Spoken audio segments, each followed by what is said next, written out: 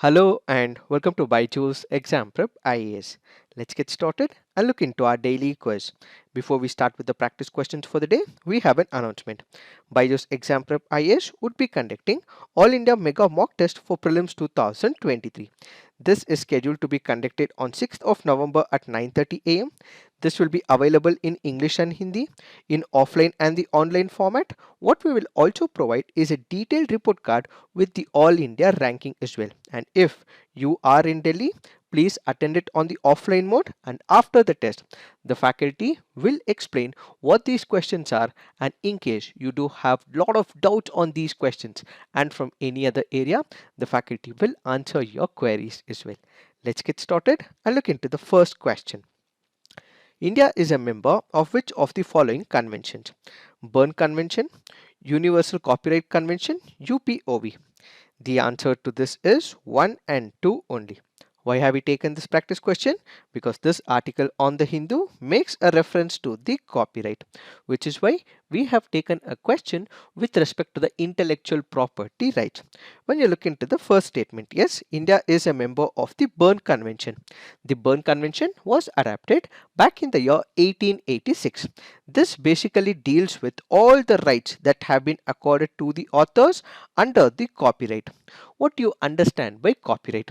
What comes under the copyright? When we speak about copyright, what does it include? Let me give you a code. We have a code called as Lata Mangeshkar goes to the DC office, files a case against Amitabh Bachchan and Shah Rukh Khan. So when we speak about copyright, what does it include? It includes literary work, then it includes music, then it includes dramatic work. C stands for cinematography films, A stands for artistic work, and S for sound recording. All these aspects fall under the copyright. So the Berne Convention is to do with the copyright. Then we have the Universal Copyright Convention of 1952. India is part of this convention, but when it comes to UPOV, India is not part of this convention. This is basically to do with the protection of new varieties of plants.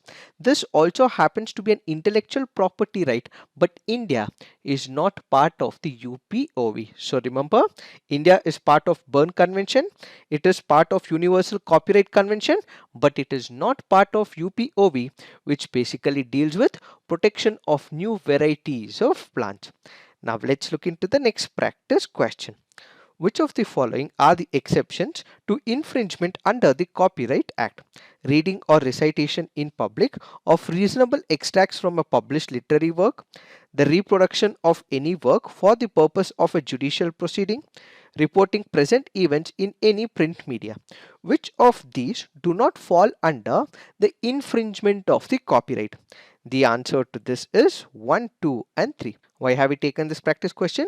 Because we also have to know the exceptions that are given as infringement under the Copyright Act. When we look into the exceptions to the Copyright Act, we have private use along with research, review or criticism, reporting present events in any print media, by a cinematographic film or broadcast or by any means of photographs, reproduction of judicial proceeding or of a report of judicial proceeding, publication or reproduction of the musical, literary, dramatic or artistic work in any work prepared by the Secretariat of the Legislature, the reproduction of any literary, musical work or dramatic in a certified copy made or supplied in lines with any law for the time being in force, the recitation or reading in public of any reasonable extract from the published literary or dramatic work, the publication in the collection primarily composed of non-copying matter bona fide intended for the sake of educational institutions, the making of sound if made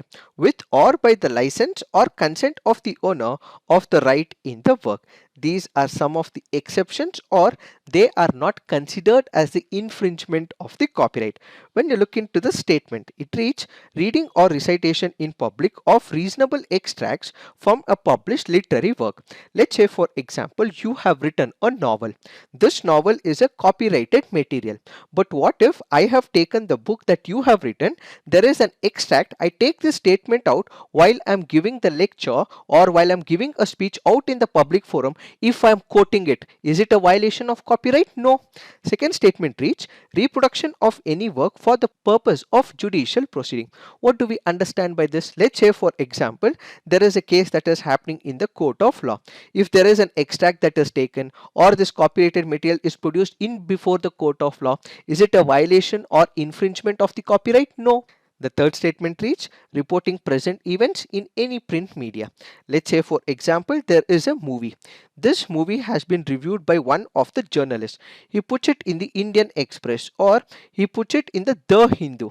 So is it a violation? No, such is not the violation. So these are not considered as the infringement. So 1, 2, 3 are the exceptions to the infringement under the Copyright Act. Where can you see this? You can see this in the section 52 of the Copyright Act of 1957. Now let's look into the next practice question. With respect to Polavaram project, which of the following statements are correct? It is under construction multipurpose irrigation project on the Godavari river. The project has been accorded national project status by the central government. Which of the statements are correct? The answer to this is both. Why have we taken this practice question? Because this article on the Hindu makes a reference to the Polavaram project. Let us try and understand what are these statements. When you look into the first statement, yes, it is an under construction multi-purpose irrigation project on the Godavari river. As part of the assignment, you have to put on the comment section which are the major tributaries of the Godavari river. Please put them on the comment section. The second statement reads, the project has been accorded national project status by the central government. What do we understand by the national project? Basically, such projects will be provided assistance by the central government. As much as 90% of the grants would be provided by the central government for the completion of this project in a time-bound manner. So basically, when a project is accorded a national project status, the central government would be providing as much as 90% of the grants to this project, and they would be able to complete this project in a time bound manner. When you look into what this Polavaram project is all about, it is an under construction multi-purpose national irrigation project on the Godavari river in the West Godavari district and East Godavari district, where in Andhra Pradesh it has been given national project status by the government of India. The reservoir covers the famous Papikonda National Park. The project will provide irrigation benefits in the upland areas of Visakhapatnam, East Godavari, West Godavari and Krishna districts. It will provide drinking water to Visakhapatnam. It is envisaged to generate hydel power, provide navigation facilities, develop pisciculture, boost urbanization, offer recreational facilities as well, and it is located in Polavaram, which is in Andhra Pradesh. These are some of the important facts with respect to the Polavaram project. Now let's look into the next practice question. Foreign currency assets of the RBI include which of the following? Deposits with central banks, the Bank of International Settlements and commercial banks overseas, investments in foreign T-bills and securities, special drawing rights with the IMF. The foreign currency assets include which of the following? The answer to this is 1, 2 and 3. Why have we taken this practice question? Because this article on the Hindu makes a reference to the foreign currency assets. When we speak about foreign currency assets, it includes deposits with central banks, Bank of International Settlements BIS and the commercial bank overseas. It includes investments in foreign T-bills and securities and special drawing rights with the IMF. These are some which are included under the foreign currency assets. This article currently goes on to say, after falling for 2 consecutive quarters, the country's foreign exchange reserve surged by $6.56 billion, the biggest weekly gain in more than 1 year, to about $531.08 billion. The reserves had declined by 3.84 in the week ended October 21 and by 4.5 billion in the week ended October 14. There was a marginal increase of 204 million in the week that ended on October 4th. Now, experts say surge in the reserves during the reporting week was on account of valuation gains arising out of the depreciation of the US dollar against the major currencies. Now, let's look into the next practice question.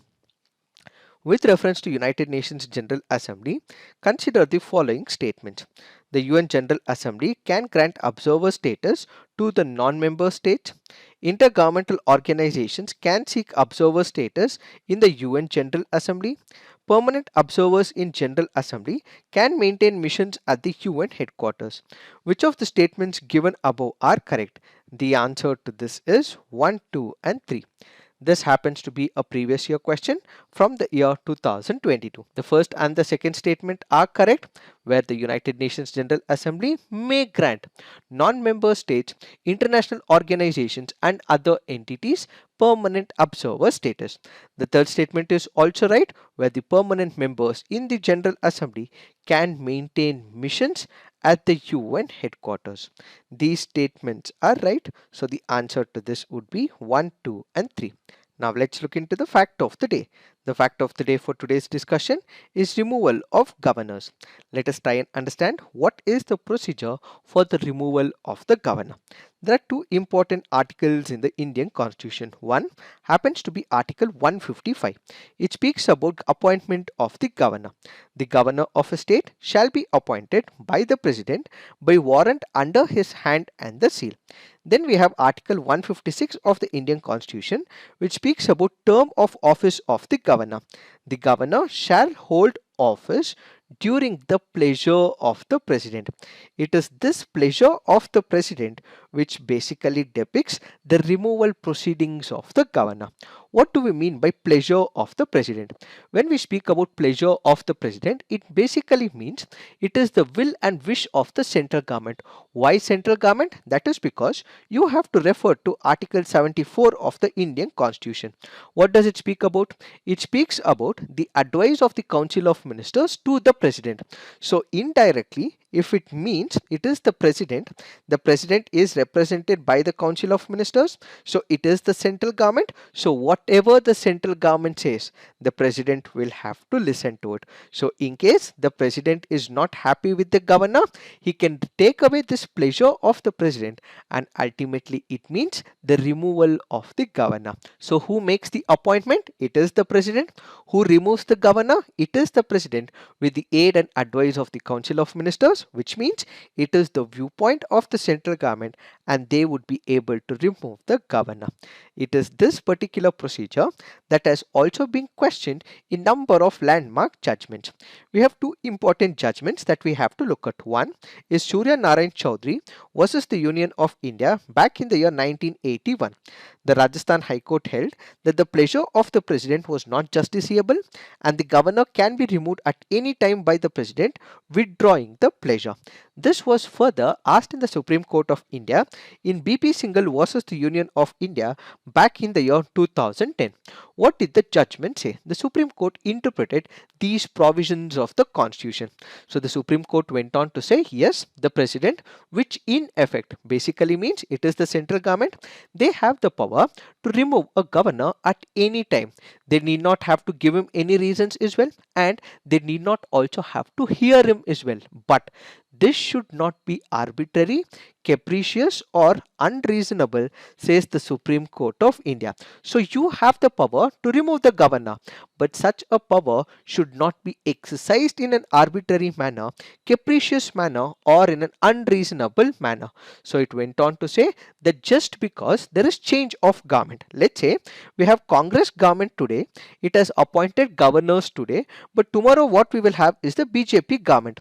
Just because there is BJP government that is present, the governors were appointed by the Congress just because of change of political ideology, change of different governments at the center and the state level doesn't mean that you can go ahead and remove the governors. This also means that because there is clash of ideologies between the governor and the central government, it does not mean you can go ahead and remove that particular person, because this happens to be a constitutional office, said the Supreme Court of India in BP Singhal versus the Union of India. In line with the removal of the governor, there have been number of commissions that have been appointed in the past. One happens to be the Sarkaria Commission. The Sarkaria Commission had recommended that governors are not sacked before completing their 5-year tenure except in rare and compelling circumstances. Recommendations have been made for a provision to impeach the governor by the assembly. But is it implemented? No. So the Sarkaria Commission back in 1988 clearly said that governors must not be removed. They can be only removed in rare and compelling circumstances. This basically meant that the governors will have to ensure that they fulfill these 5 years without any fear of favor. Then we have the Venkatachalaya Commission, that is the National Commission to Review the Working of the Constitution, headed by retired CJI M.N. Venkatachalaya in 2001. They went on to say if they have to be removed before completion of their term, the central government should do so only after the consultation with the Chief Minister. Then we had the Punchi Commission, which was again appointed in 2010. It suggested during the pleasure of the President that we have this particular term will have to be deleted. But was it implemented? No. So as of now, what we have is a clear-cut picture that it is the pleasure of the President, which basically means it is the will of the central government, and if the central government so decides, they would be able to remove the governor.